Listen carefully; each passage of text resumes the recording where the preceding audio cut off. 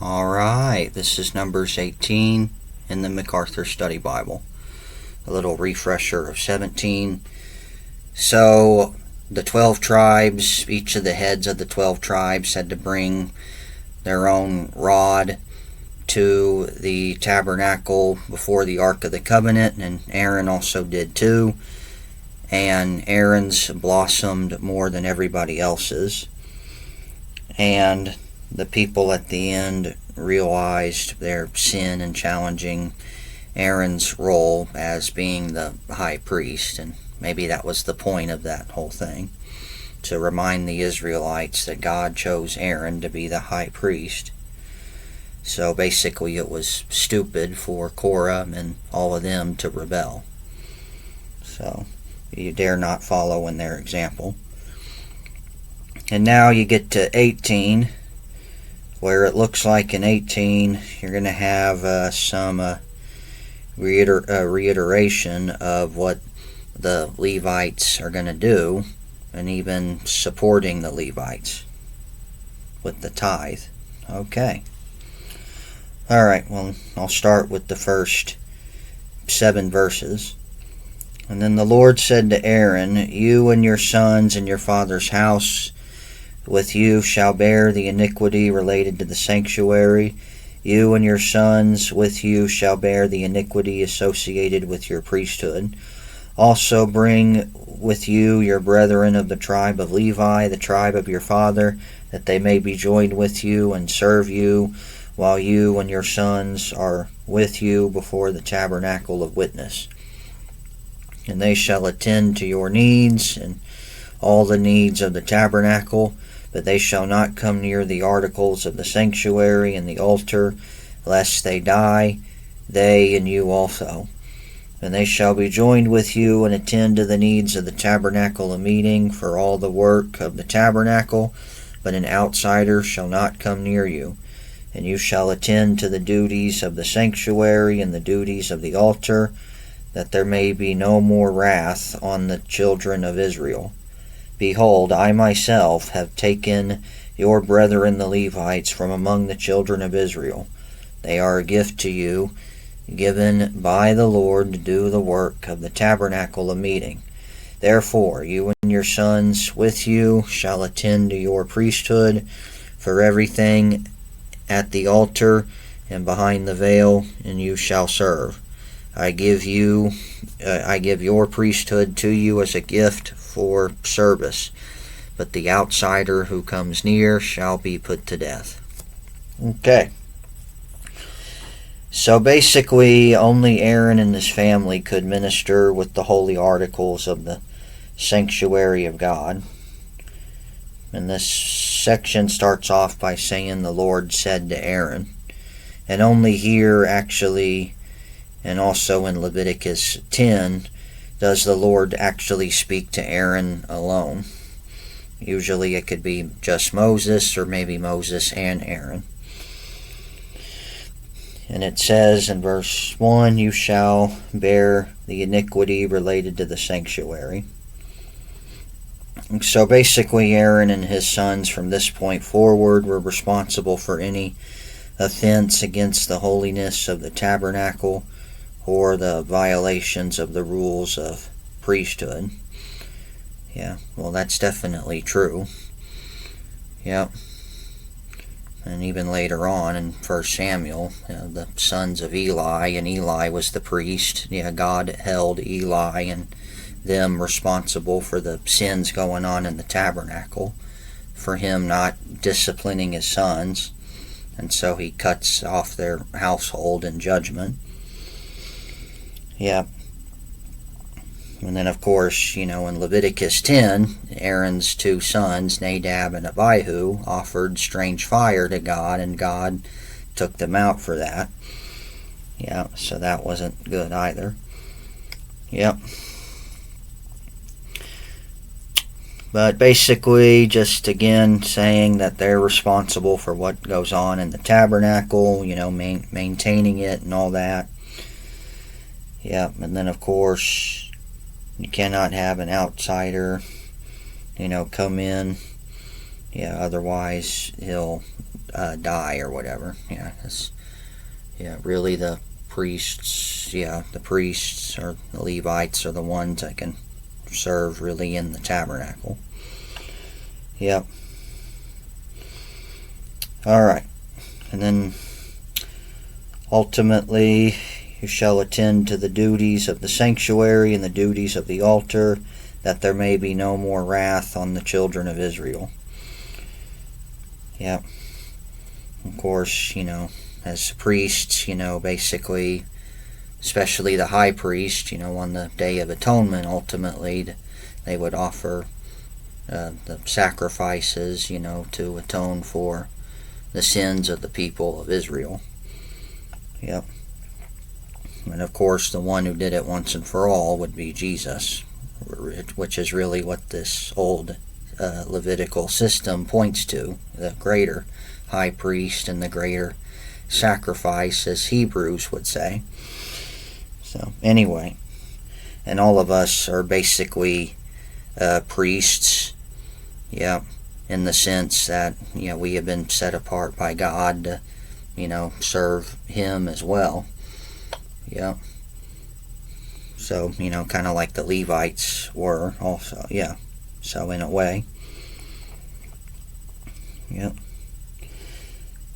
And then verse 6, I have taken your brethren the Levites from among the children of Israel. They are a gift to you by the Lord to do the work of the tabernacle of meeting. Therefore you and your sons with you shall attend to your priesthood for everything at the altar and behind the veil, and you shall serve. I give your priesthood to you as a gift for service. So even though the priesthood demanded much, the priests were actually to view it as a gift from the Lord. Serving the Lord, it's a gift. Even though, it is definitely, not easy. A lot of work, but it's a good gift.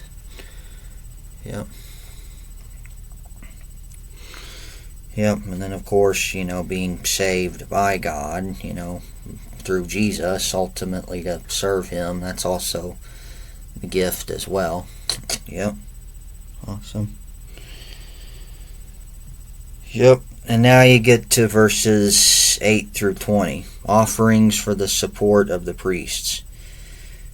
And the Lord spoke to Aaron, Here I myself have also given you charge of my heave offerings and all the holy gifts of the children of Israel. I had given them as a portion to you and your sons as an ordinance forever.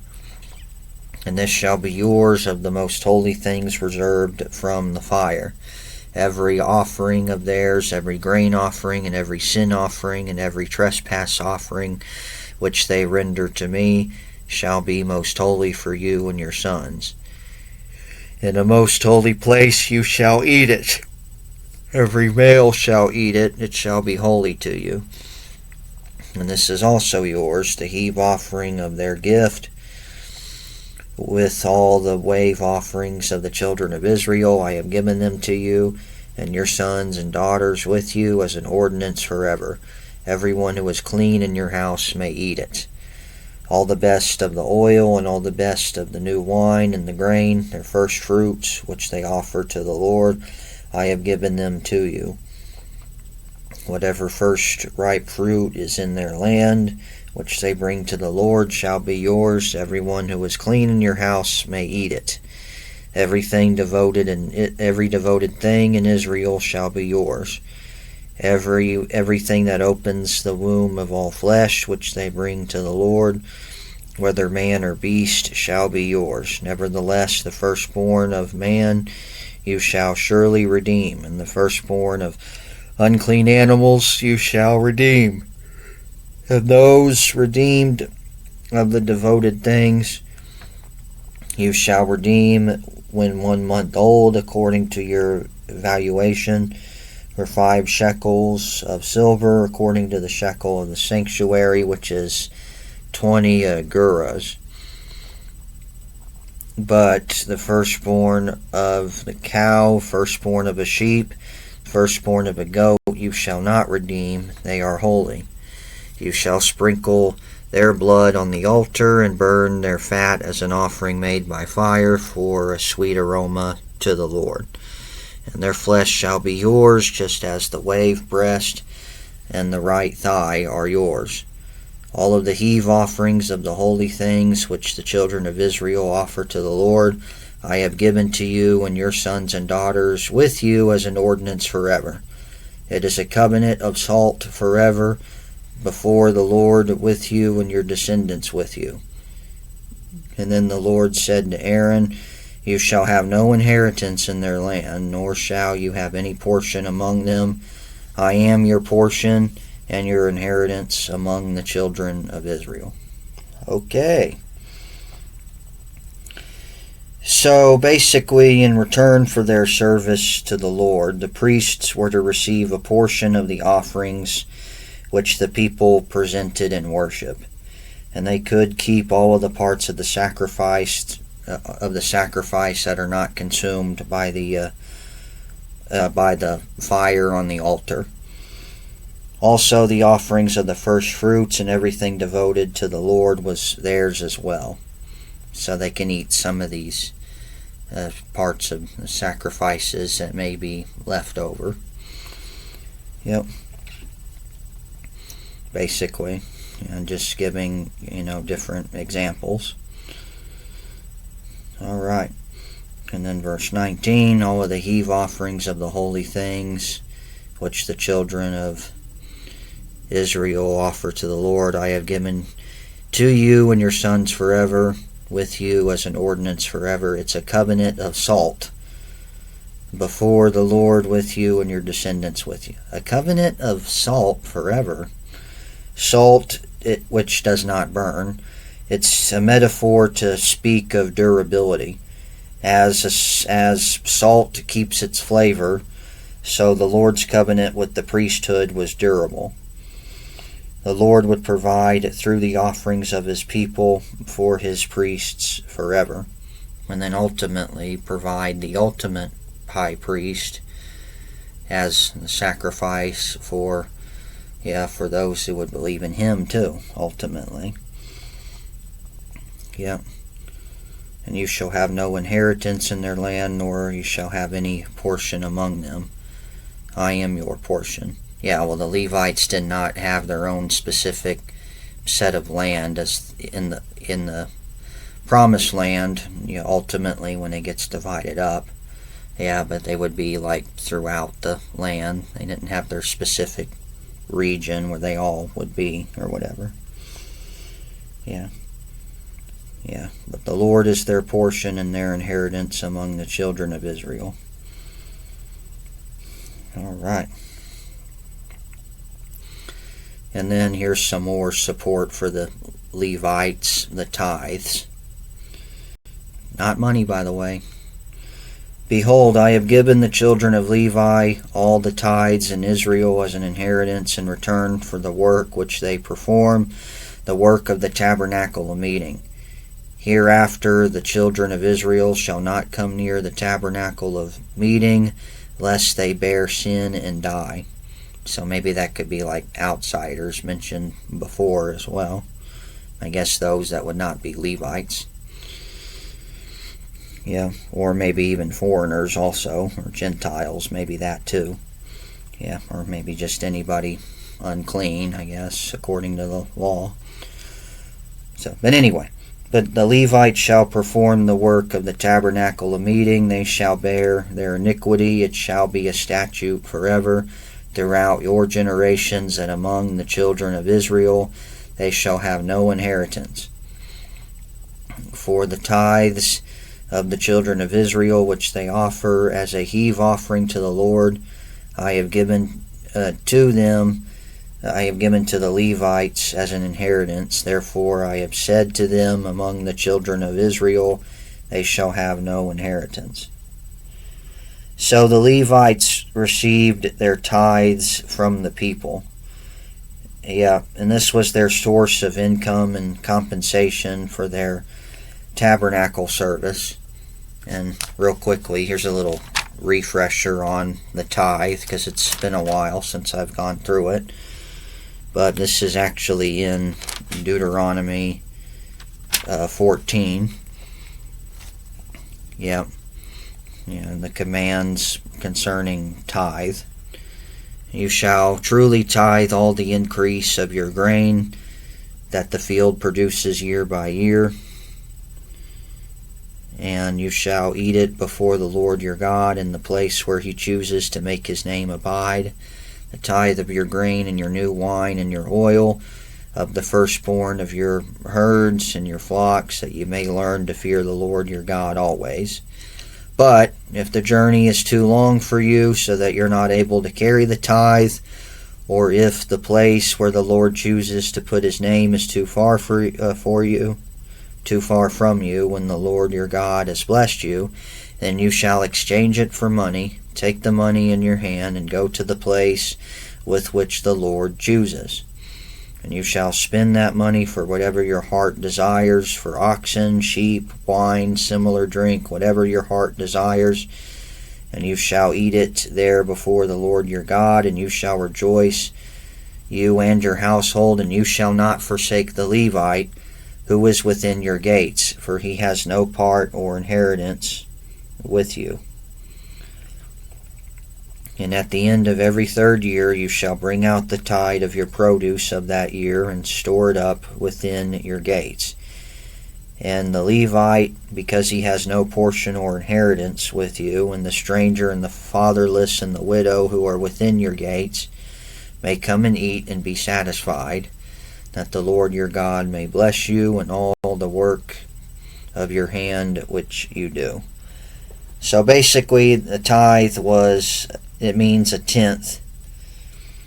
And the tithe specified in these verses was only that of agricultural produce which the land would provide. This is not money.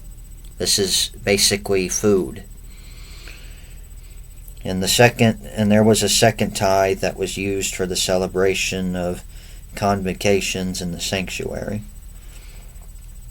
Yep. In addition to the first tithe mentioned, which is the Levitical tithe, it goes to support the priests and the Levites who serve the people. And then you had the third tithe that was offered every 3 years. Yep. And then, of course, you would give that to the Levite in your local community or whatever.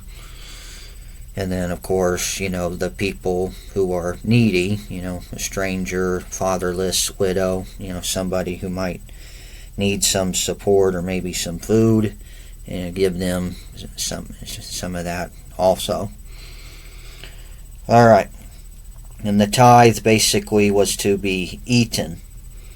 It was to be taken to the central sanctuary where the worshipers were to eat a portion in fellowship to the Lord.